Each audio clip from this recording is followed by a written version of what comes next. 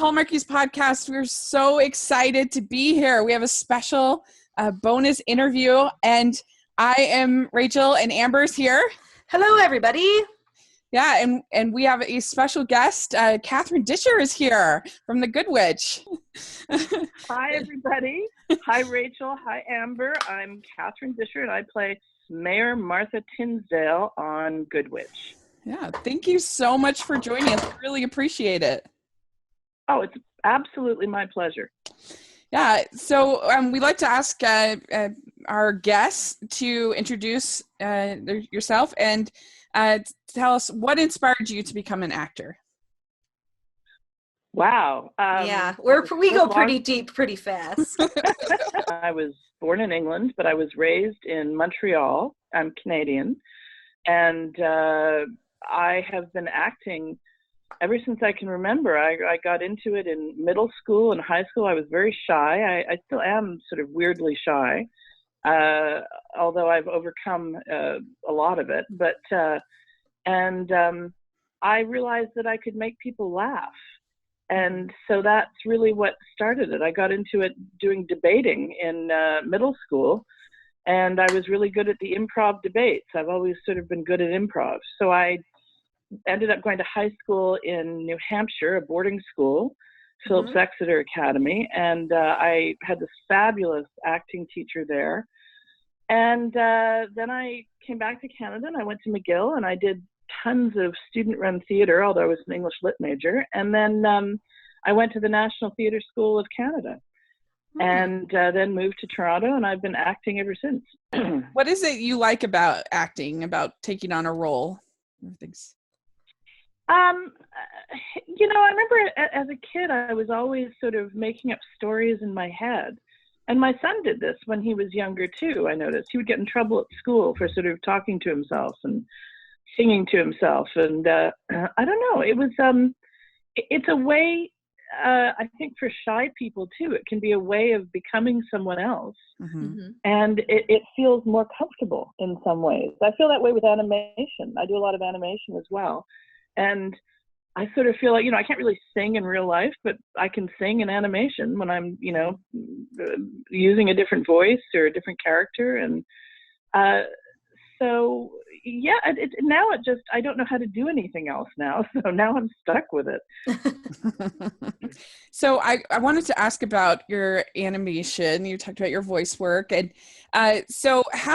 what's your process for like coming up with a voice like Jean Grey or, Sailor Moon characters or things like that? Like, how do you go about kind of coming up finding their voice?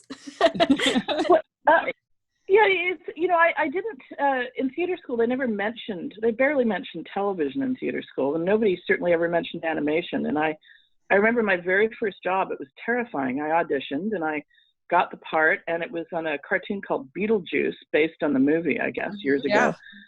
And I was cast as one head of a two-headed monster. And I got in the studio, and I didn't know anything about microphones or the process, and I was terrified. And they put me in the studio with the guy named Ron Rubin, who was a fantastic voice actor, who was playing the other head. And he immediately, did 5 or 6 voices into the mic and about 7 impressions and made the sound of a door opening and said, "What do you want? What do you want? What do you want?" And I thought, oh my goodness, I'm in the wrong place. And it took me, kind of years to get over that. But I think for me, I need to see a picture. I need a picture of the character. You can give me all the descriptive language you want, but until I see a picture, if it's got a sort of a nose and you can, have your character based on the nose or whatever, you build it for me physically first. And that's why I remember doing a cartoon years ago and they filmed us doing it and they tried to show it to me later. And I said, I really don't want to see this because for me, it's a really physical process and it's a very involving, energetic, physical process. It's exhausting. Yeah. Oh, that's so cool. I was wondering, like you've done a lot of children's programming, like Richard Scarry's and the Franklin and things like that. And I was wondering, was that weird for your son to like hear your voice like coming out of a cartoon? Well, I was a little embarrassed about doing cartoons as an actor in the early days. I sort of felt that it was this secret thing that I did. And when I had my son and he finally got to sort of kindergarten age and went to school, I realized that, he was telling everyone that his mother was Jean Grey and his dad actually played Professor X on the X-Men. Oh, and I realized I was a bit of a hero. And so he would go into comic book stores and tell the poor clerks behind the desk that, this is my mother, she's Jean Grey, and they would just fall apart behind the desk. So he really enjoyed that. And it's funny, for Jean Grey, people used to make fun of me, the other actors, because she's a telepath. Yeah. I sort of have a gesture, I think. I unconsciously sort of acquire a gesture that kind of gets me into the character. And for Jean Grey, I had to hold my hands to my head on either side of my headphones, to sort of, because I was a telepath, and they all used to laugh at me. And now that's just the main thing they do in the live action movies. So you're a trailblazer. Interestingly enough, the guys who wrote X-Men, that cartoon, have written a book. And it's sort of to acknowledge the 25th anniversary. And hearing the stories, a lot of the director of the initial X-Men movies sort of based the movies on their cartoon as opposed to the comic books, because they were given a lot of free reign in that cartoon. It was honestly the best written cartoon I've ever done. It was, it had depth of character, and it had morality and ethical dilemmas, and it was great. I think it puts personally, I think it puts the movies to shame. Like, there's been a couple, some of them may be good, but that show is so good. I love it. It is right in the writing competition with Batman the Animated Series. Both of those are so good. I agree. I think the writing was excellent, and they're actually going to come to Toronto for a book launch in August, and they're going to get all the original cast together, and we're going to do a panel. That'd be awesome. I don't think I can fit into my X-Men jacket anymore, though. That's the problem. I'll look forward to seeing that. That would be awesome. Because I've always figured, like, it must be the coolest thing to have a parent that's a voice actor. Because, like, man, they read you your bedtime stories. It would just be like the coolest thing ever. For a while, I remember him saying to me, "Can you just read it, Mom?" As opposed to acting out all the parts. But he's actually a voice actor too. He started when he was about 6 or 7, sort of accidentally, and he's done voice work as well, and he still does it. You could have like Twisted Tunes just in your own dinner, like all 3 of you doing voices. I know, we're always trying out voices. It's fun. Cartoons are fun. That's the basic thing about them. The people who do them, it's about, when you're as an actor, in a TV show, you're somewhat restricted. You have to do the lines as they're written or ask permission to change. But in a cartoon, they want you to be funnier than the material. So they enjoy it. They want you to bring stuff and bring ideas. And you have to be able to really be prepared to make a fool of yourself and move on, if it doesn't work. Yeah. I love animations, so it's my other love next to Hallmark, and I just love the artistry and the world building and the I just love it. So that's really, really cool that you get to do all the voice work. Do you prefer, do you have a preference of voice work over live action, or are you kind of like doing both? Well, I love doing television series, and of course they pay better. Cartoons pay, in terms of a working day for an actor, they pay quite a bit. Although but the best part about cartoons is you get to wear your comfy shoes and no makeup, and I can walk in and do my part, generally in 45 minutes, or sing a little song, so it's very different than a sort of grueling 16-hour day when you're getting up at 4:30 in the morning, or sometimes even earlier. Yeah. To do an on camera, it's exhausting, frankly. At my age, I keep thinking, I don't know how long I can keep doing this. It's very exhausting. It's very rewarding in many ways, and it's much more social, because in animation, you're really going in. Usually, there are occasionally group records. At X-Men, we used to group record, which was ridiculous.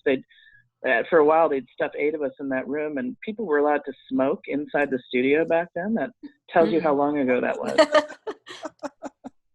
Yeah. That could probably help you get like a certain quality to your voice. I maybe. Well, no, I've had my son, I think, in between seasons or while we were shooting, while we were recording X-Men, I had to ask people not to smoke in the studio. I remember thinking about that a few weeks ago, and they actually marveled. They gave us jackets at the time, and I was pregnant, and so I didn't know if it was going to be a boy or a girl, and they gave me a little tiny baby jacket that says Baby X on it. Oh. I know, it's adorable. My son wants to sell it on eBay. No, don't. Keep it forever. What are you thinking? I know, that's what I tell him. He's like, we could get a lot of money for it on eBay. Yeah. But we could keep more memories by having it. Well, he has no memories, but that's true. Well, I guess we should start talking about something Hallmark related. I could talk about this animation the whole interview. So you started, I think your first project with Hallmark was The Good Witch. Yes, it was the first movie. Yeah. Yeah. And because I'd seen you done some Lifetime stuff, but I hadn't seen any from Hallmark. And so that was in 2008, I believe. I know, it was maybe 10 years ago. We've been doing this in one form or another for 10 years. It's amazing. It's crazy. So I'm assuming that since you guys have, been together that long, that the chemistry between the main cast, the cast that's been there since the beginning, is pretty great, right? I mean, you wouldn't want to work with someone who dated for 10 years. No, Catherine is a lovely person. I've never, and I tell her this because I feel like she's number one in the call sheet, and I've worked on so many shows where number one in the call sheet is not such a great person to work with, or throws their weight around and thinks because they're number one that, people should treat them with deference or whatever. And Catherine is not like that at all. And she really sort of sets the tone. In 10 years, I've never even seen her get, maybe slightly irritated at something, but literally never. She's such a great presence to have on set. And she's just a lovely person. Yay, that's so good to hear. Because we joke that I'm Team Catherine Bell on the podcast because I really enjoy her, and I think I've liked her throughout. I liked Army Wives and Jag, and so that's good to hear that she's not a diva. Oh, not at all, not at all. And she's always, whenever I do scenes with her, she's so present, and we laugh, and she's a very and she's very smart. She's very quick on her feet. So and it's difficult. We always sort of laugh about this. It's difficult for her to play a character who always kind of knows what's going to happen. So being able to surprise Cassie is always something I think people are trying to do in the storylines. But no, she's great. And who else has been there since the beginning? Peter McNeil and Sarah Power was in one of the movies as well. And there's been quite a changeover of cast as it moved to series. Yeah. Right. But some of our crew have been with us since the movies as well. Oh. Yeah. Oh, good. Well, so what's it like playing Martha? She seems like it would be a really fun character to play. It is fun. It's you can kind of let all of your most childish instincts, rule you. I sort of, Martha just says what comes out of her head, and her mind moves very quickly, but she's, a little self-centered and a little, self-involved. But she talks a lot. So I sort of look at scripts and go, oh no, because, there'll be a scene and it'll be like someone will have a line, then Martha will have a paragraph, and then someone else will have a line and Martha will have another paragraph. So it's a lot of words, and but I sort of like that about her. I actually do better when I have a paragraph now than when someone just gives me one line. I constantly forget it. But she takes a lot of energy, and I always try to sort of think of,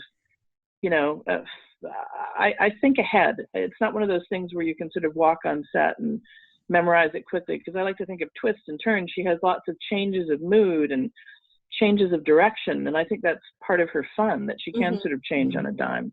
Yeah. Yeah, I think that her character has grown a lot. Particularly, I felt like season 2, she grew a lot. You had the situation with her son, wanting to get that money, and I felt like that was a big sort of growth moment for her character. Yeah, she's very different. I love it when I love playing that kind of stuff, and I love doing scenes with my husband Tom, Martha's husband Tom, and because there's a different side of Martha, and he's the one that can kind of go, Martha, you know, and she sort of pulls. It's a very different side of her, and that's also important to show, I think, because sometimes I think a little bit of Martha can go a long way. Yeah. So it's nice. I would never be tired of Martha. I'm like, just give me all of Martha. Oh, you're very sweet. Rachel knows, like, Martha is the best part of the show to me. For sure. Well, I certainly try to have fun. I remember, you know, I can drive writers crazy sometimes because I used to joke that I'd come in with 5 ideas just because I wanted 2 of them. But I'd ask for sort of 3 outrageous things, and then finally they just let me do, you know, the last 2 because they felt sorry for me. So that's just good bargaining. Well, exactly. That's what I thought. And you know, I remember there was a little things, like there was a moment, and I forget which season it was in. It was about some coffee store coming to town, and she was sort of explaining why she was going and saying, but they have those lovely chai tea lattes, and I turned into Tai Chi lattes, and they were fine with that, you know, but I always ask, but it's just, Martha can be a bit of a Miss Malaprop, so I sort of enjoy finding things like that. My favorite episode, I think, of all is when she has laryngitis, and I love that. Was so funny to see her have to try to not talk. It was really fun. The worst thing that could ever happen to Martha. Yeah. You know, I have to tell you though, there's sort of the funny thing was, I was really sick during that episode. Oh, really? And I actually lost my voice. But the silly thing was that as the episode went on, because we shoot in blocks of 2 over 3 weeks, so as the episode went on, when her laryngitis was actually progressing, mine was getting better. So I had to sort of fight that. But it was sort of serendipitous that I was quite sick doing that. Yeah. That's so method of you to just use laryngitis. I know that. Just for it. I sacrificed myself for my art. Yeah. I mean, that's the kind of training you get at those prestigious academies. That's the dedication that I provide as an actor. Well, I just like too how you're like so mad at Sam for the doctor, for like, you like blame him for the laryngitis, and I know it's so funny. And I love doing scenes with Jamie. Jamie is so fast and so quick and so funny. You throw something at him and he'll make it better and throw it back. And we rarely get to do scenes together. I think we sort of joke and say we get to do maybe 1 or 2, you know, our annual scene together, other than the big group scenes. But I do, he's also a lot of fun to work with. Yeah. Very smart, total pro. Well, that's so cool. So so season 3, you kind of ended with the wedding of Michael, and that was, I think, a really sweet moment for the character too. The writer Dean Batali, who wrote that, you know, he's kind of a sarcastic, ironic, kind of cynical guy, and his humor can be kind of dark sometimes, and in person. And I was so astounded. Those vows that he wrote were so beautiful. Yeah.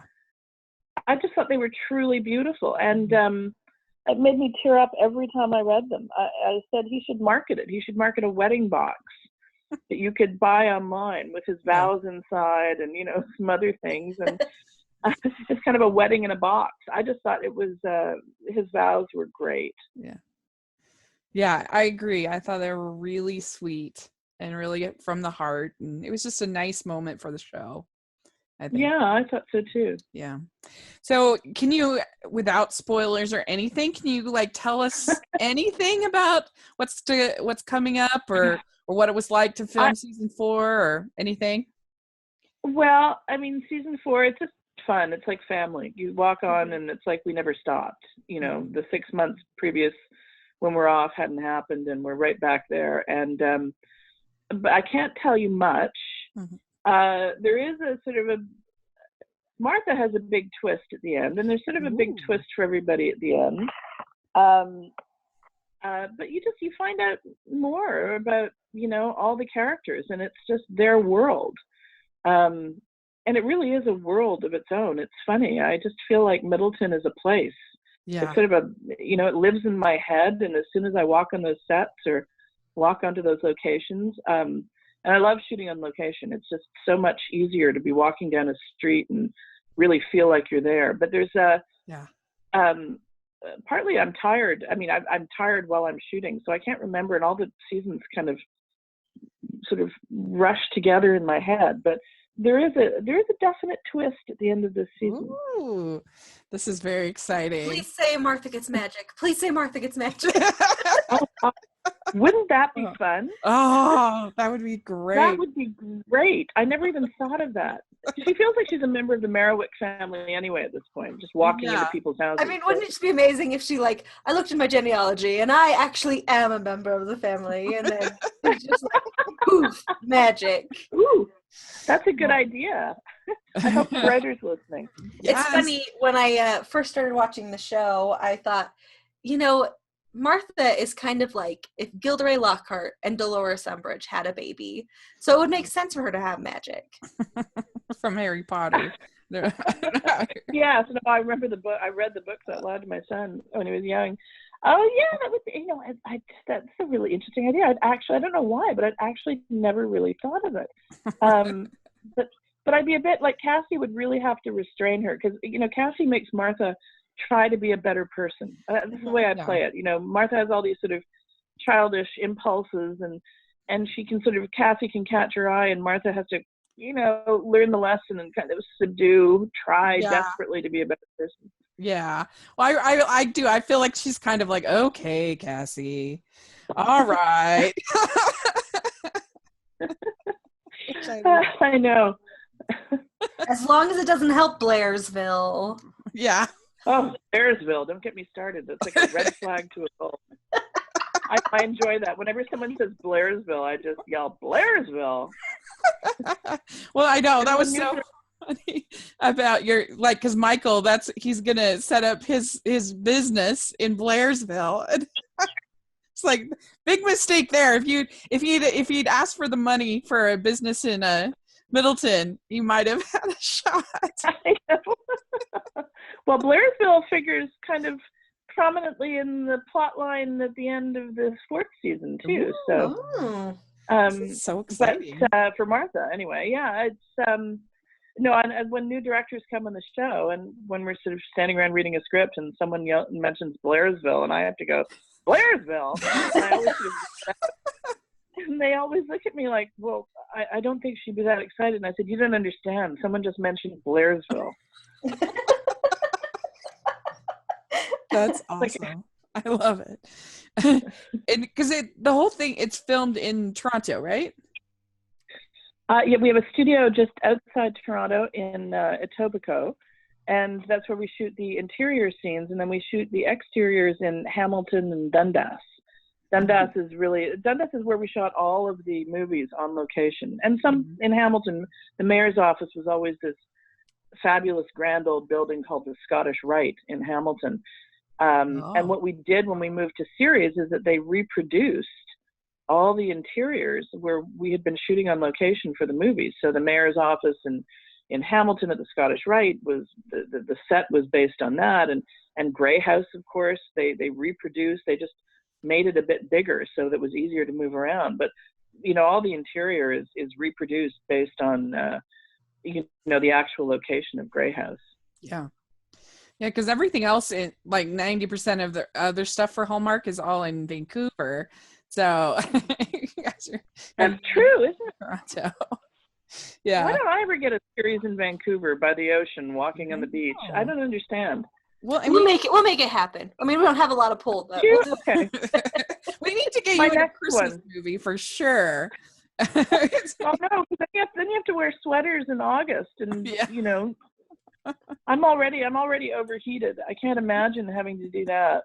Yeah. But a nice series that's shot by a beach, I could see that in my future. Oh, Like anytime I'm at a beach, I'm happy. an arc on Chesapeake Shores. Ooh. Oh, Yeah. well, yeah. I don't know if I fit in. They're very pretty. Everyone's very pretty on the Good Witch too. I shouldn't say that. You are lovely. How dare you? Oh, I think sweet. you can I think that the O'Briens could actually use a dose of Martha in their lives. I mean, honestly, it could be in the same cinematic universe, and Martha could just visit Chesapeake Shores and just cause all sorts of trouble. Yes. A Yeah. crossover Well, episode.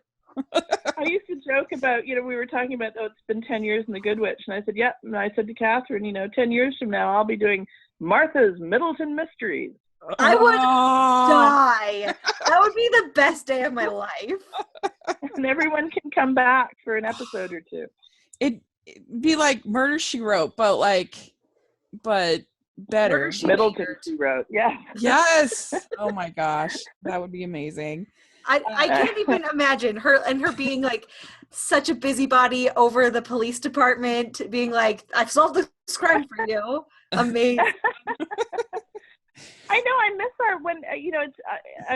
I love the fact that Sam is the town doctor, but there's a part of me that misses the dynamic in the movies where Chris Potter was the police chief, because it's sort of all tied in with the town, Yeah. And I think it's a bit trickier when you're a doctor, because it's not like we're all going to be in the examining room with you while you're talking to your patient. Right. You can't really talk about your patients really, so it's but I like the episode. There is an episode this season where Cassie and Sam sort of band together, to solve a mystery. And well, at least they have Noah Cap's character, who is still at the he's police. not in it in season 4. Oh, devastated.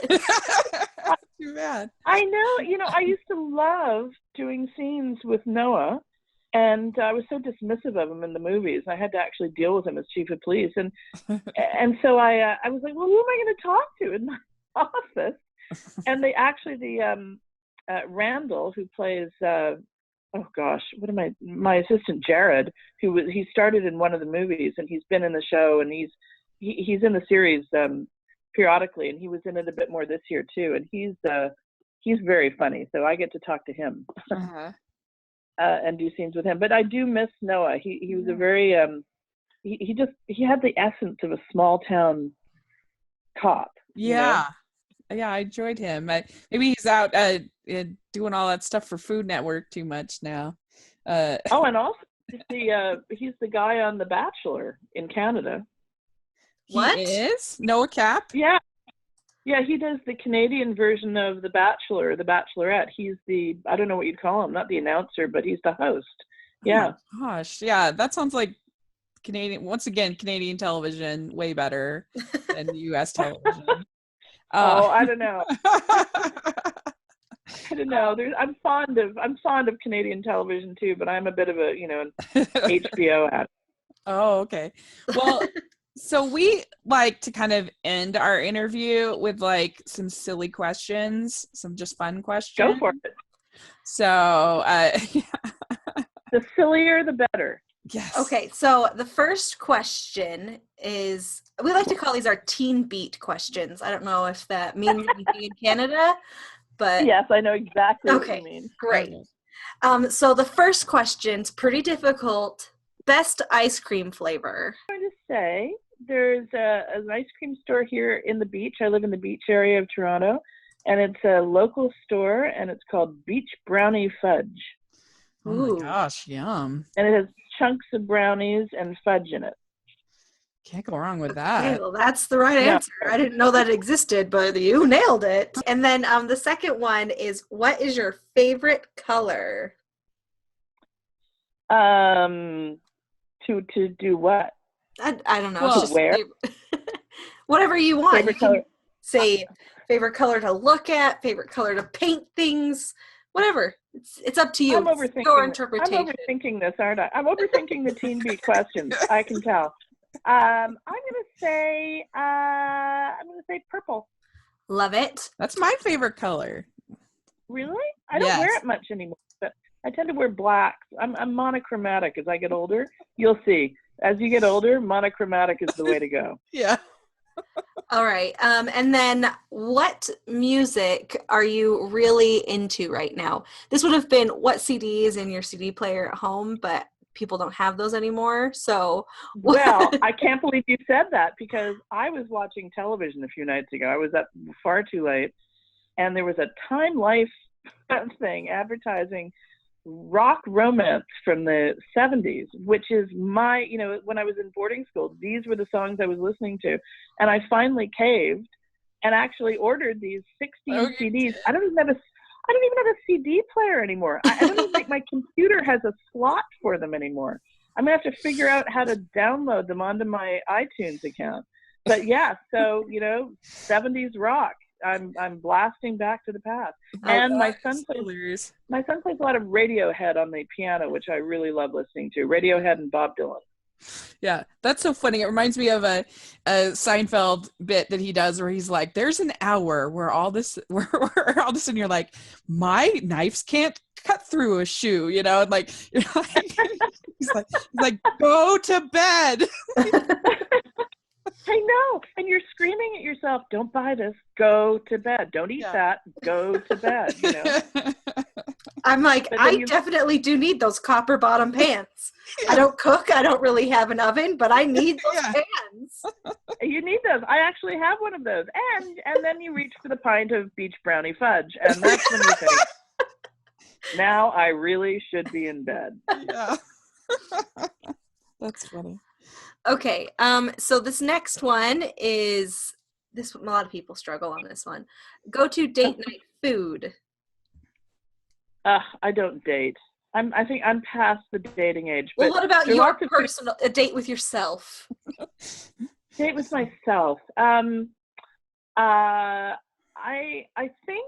Oh, you mean, is this your favorite food? Because date night food says to me food you don't want to eat in front of another person. Yeah, I'm with you there. But yeah, like giant messy hamburgers or no, nothing that will smell bad. No garlic, like based on your guys, like for me, date night food and favorite food is the same thing. But this might be why I'm single, because I'm like, bring out the rooms with onions. That might be the thing. Yeah. No, I think you eat when you're by yourself. I think steak is perfect for a date because it's just like orderly and you can just cut it and And you're like, I'm worth it. You're worth it. That's right. And then also it takes a while, so you can look down, you can cut it. You don't always have to be looking at the other person. Give you an out. No, I've recently got into making, because my son loves them, Yorkshire puddings. And we've been experimenting with dessert Yorkshire puddings. I know that sounds bizarre, and it is. Now that I'm saying it out loud, I'm kind of embarrassed. So, yeah, I'm going to go with steak. There you go. Good one. No, I'm on Team Yorkshire pudding, so we're going to say that's your answer. Your official answer. Oh, no. It's going to go on my record. All right, and then this next one, it's similar, so we're going to have the same fight probably. Go to date night activity. Because Hallmark Channel I'm 57 years old. I don't date. I'll tell you, all the young kids just keep saying go to a movie, which is lame, I think. They actually go to a movie? No, that's good to hear in a way. Yeah. Well, I see. We have established, though, on this show that it's better to, instead of doing dinner and a movie, that you want to do movie and dinner for a date. So you can talk about it at dinner. That's right. Yeah, exactly. Yeah, that's good. And also, if the movie is if something horrendous happens during the movie, then you can say, "Oh my goodness, yeah, I just got an emergency call, and I have to go." Yeah, exactly. I think when I reach back into my brain, I mean, I never really did date. I mean, I sort of feel like I don't know. I just hate the word, but I think doing something more active in a date, like going bowling or go for a walk, go bowling. I have dogs. Yeah, bowling. You know, but for myself, all I seem to do is stand on sets and then go home and watch Netflix. So, what are you watching on Netflix right now? Sorry, I'm being intrusive, but I just need to know. What do you like? I just rewatched Downton Abbey, all of it. Oh, love. And I deeply enjoyed it the second time around, I have to say. Yes, I love Downton Abbey. That's totally. I like anything like. I'm a total Anglophile. Love anything like. Well, most anything. Me too. Yeah, over there in England. The next question, I think we already know the answer to because you snuck it in the last one. But dogs or cats? Well, both actually. I had at one point a couple of years ago, because I inherited both my father's dog and my mother's dog, and I had our own. I had 3 dogs and 4 cats. So now I'm down to 2 dogs and 3 cats. But they're all ancient. I have this geriatric stable of animals. The cats are 18 and 16, and the dogs are 15 and 13. So you're just kind of having the like best life ever. I've always had too many animals. Some of my friends refer to me as Dr. Doolittle, so I've always had too many animals. I could never imagine not having a dog. I can really imagine not having cats. In fact, I sort of fantasize about it. I've already calculated how old I'm going to be by the time they're all dead. Oh, don't say dead. Lovely. No. Passed on. I don't know. No, but they're a lot of trouble. Cats. I think people think cats are no trouble, but they are. They're a lot of trouble. They are. They're just so rude, but I love them. They're such divas. Rude. They are. They're like, oh, you're peacefully sleeping? Well, I hope you liked breathing because now I'm on your face. Like, cats are the worst.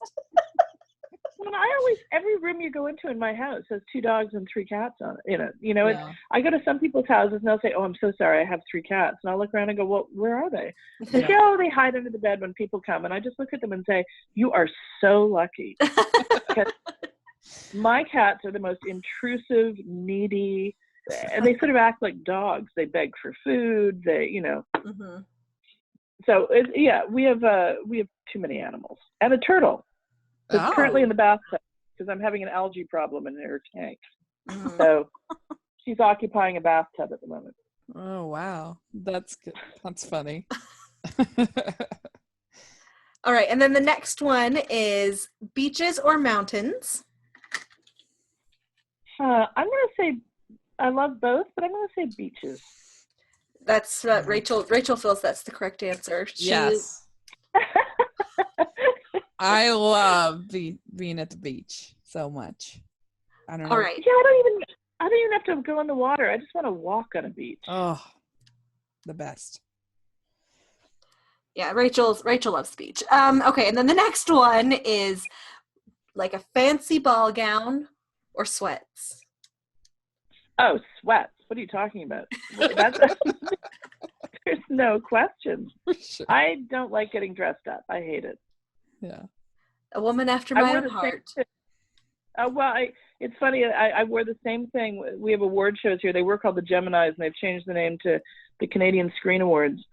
And I won 2 Geminis in the past, but I joked because I wore the same outfit for 10 years. Every time I was nominated, and I have a friend who's a casting director, and she'd always call me up and go, because she does the same thing. She said, we really need to buy a new outfit this year. I said, yeah, let's go do that. Let's go buy a new outfit. And then we'd never get around to it. And we're the same thing we always wore. And when I won the first Gemini, she looked at me and said, now you're going to have to go get another outfit because it's been on camera. And I went, oh, no. You can't win again in the same outfit. That would just be too sad. Yeah.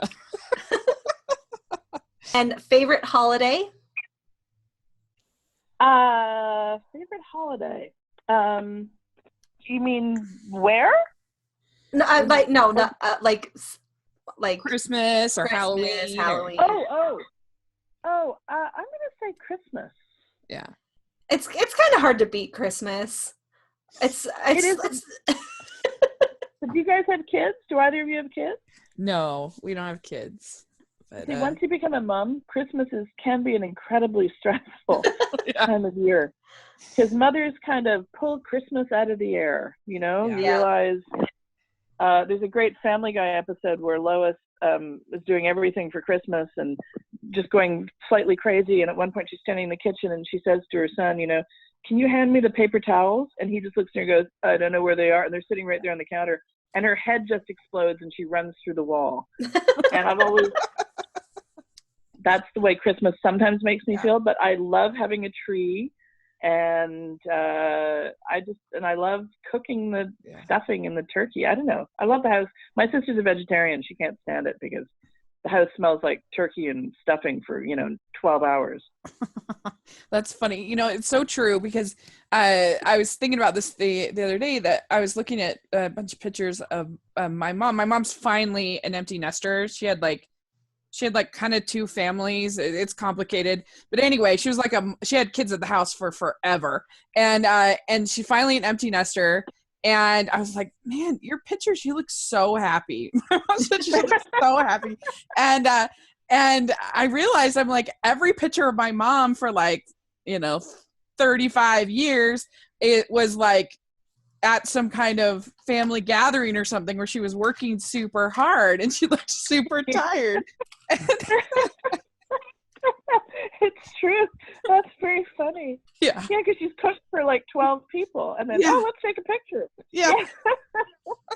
She's exhausted. I know, and nobody can help you. When you have these sort of holiday meals down pat. Although my son's really good about, he's back with me for a while, and he's really good about, finding recipes for me to cook.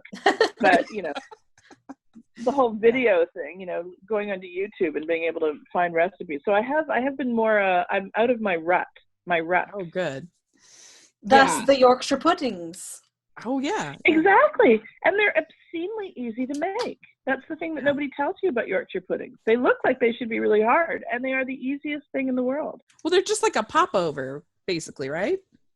I don't know. Yeah, it's just like a popover. You're making it sound like. Yeah. It's like a popover, but you put beef drippings or something in the thing, right? What? This sounds amazing. How have I never had a Yorkshire pudding before? Oh, with roast beef. But then here's the thing: you can add, you can make not savory ones. You can add onions and thyme to them, or you could do things like a little vanilla and some sugar or chocolate, and all of a sudden you've got a dessert Yorkie with maple syrup. It's amazing. And then this next one is really hard for Canadians because you don't even have the Hallmark channel. So, favorite Hallmark movie. And we will not be mad if you just pick one of the Good Witches. No. No, it's funny because we have all of the Hallmark movies play up here on the W network. Oh. So from after Good Witch sort of, starts the fall season off with Halloween. And after that, it seems right up until Christmas, they're just Christmas movies. And I have to say, there's one, and it's because of the title that I love it. I do love the Good Witch movies. In fact, the very first Good Witch movie is, probably my favorite. Just because, stuff happens and it was all being set up, and it was sort of new and different. And but there's a Christmas movie that Hallmark does. It's called It's Christmas Carol. And I just love the title so much. Yeah. And it's one of those things where it doesn't matter what time I turn on the TV during that period of November till, whatever, it's always on. And I always sit there and watch it because it's Christmas, Carol. I love it. Yeah. And that's Carrie Fisher one, right? Yes. I love. Oh my God. Yeah. I love that one. And I just love how snarky she is, and it's very loose adaptation of Christmas Carol, which is fine. But because they don't even have the three ghosts. They just have her the whole time. She's which is so funny. They just have her taking her all the way. Because why do you need more ghosts if you have Carrie Fisher? And she's the best. That's true. Yeah. course, the Good Witch movies are my favorite, in case anyone's listening from the show. Absolutely my favorite. But yeah, I do really enjoy. There's something about sitting there and watching these movies and the Christmas movie. You could literally sit there all night. Sometimes there are 3 or 4 on a night. Yeah. We know. The Christmas year, because we just started the podcast this year, it was like by December 19th, we were both like, are you alive still? it was intense. Because there were many weekends where we had 4 new movies in one weekend. Plus, they rebroadcast the old ones too. Yeah. So it's but they get huge numbers and tons of people. It's sort of a tradition, Yeah. And we would love to have you back maybe at the end of the season and talk about anytime. Thank you so much. Anytime, and we can discuss the twist once it shows on season 4. I'm so excited about the twist. Well, we will definitely do that. I shouldn't call it a twist. It's more of a surprise. If it's anything that is for Martha, I'm involved. I want to know what it is. I'm excited about it. We are so excited for the new season, and we'll definitely be covering it here on the podcast. And so you guys want to make sure you tune in and let us know what your favorite episodes of The Good Witch are in the comments or on Twitter. And I know you're not a big social media buff, but is there any way that you like people to reach out to you? Do you have a webpage or anything like that? I don't. I'm kind of a social media phobe, I have to say. And and recent political events have proven me correct. But understandable. No, but I feel your good vibes in the atmosphere. Well, good. Right. A little story about how backwards I am when it comes to, because I really do. I'm so thankful when fans come up and talk to me, and when they say they like shows or things that I've been in. I feel very grateful because I'm very grateful to have this work, and that people appreciate watching shows that I'm in. But I got a letter, and I was going through a box. I moved a couple of years ago, sold my house a few years ago, and I'm still going through boxes that have been in storage for literally, 10, 15 years. Mm-hmm. And I found a letter that someone had sent me with a Jean Grey card and asked me to sign it and send it back. It was for their son, who probably now has a family of his own. It's been that long. And I thought, oh, well, this will be interesting. And so I signed it and sent it to this address. And I don't know whether they ever got it or whether they still lived at this address, but they must have been shocked when they opened the mail and found this thing that they'd sent literally like 18 years ago, and it's coming back to them. So that's how bad I am at keeping up with. I can barely change all the light bulbs in my house. So that's funny. That would be. There's probably not even the same person living there, and you'd be like, "Oh my gosh, I just got a random." Signed card from Catherine Disher. This is so exciting. I know. I should have checked to see if it was on eBay. So, where can people find you? As always, I'm at Amber Brainwaves on Twitter, and that's it. Yeah, and you can follow me at Rachel's Reviews on iTunes and on YouTube, and I review every animated film that comes out. So yeah, I love animation. So. And I recently had my review for the masterpiece that was Sherlock Gnomes, and you can find that on my channel. And so make sure you're subscribed there, and make sure you're following us here on the podcast on social media, on Hallmarkies Pod and Instagram and on Twitter. We do our live Twitter live Twitter feeds to all of the shows, and we'll be doing that for The Good Witch, and then we post daily on our Instagram, and so make sure you're tuned in there. And thank you so much for agreeing to talk to us. We had such a blast. Oh, you guys are a pleasure to talk to, and I'm going to make sure to listen to your podcast. You're great. I really enjoyed it. Oh, well, thanks. And yes, we'll definitely hold you up to that and talk again at the end of the season. I look forward to it. Okay. All right. Bye.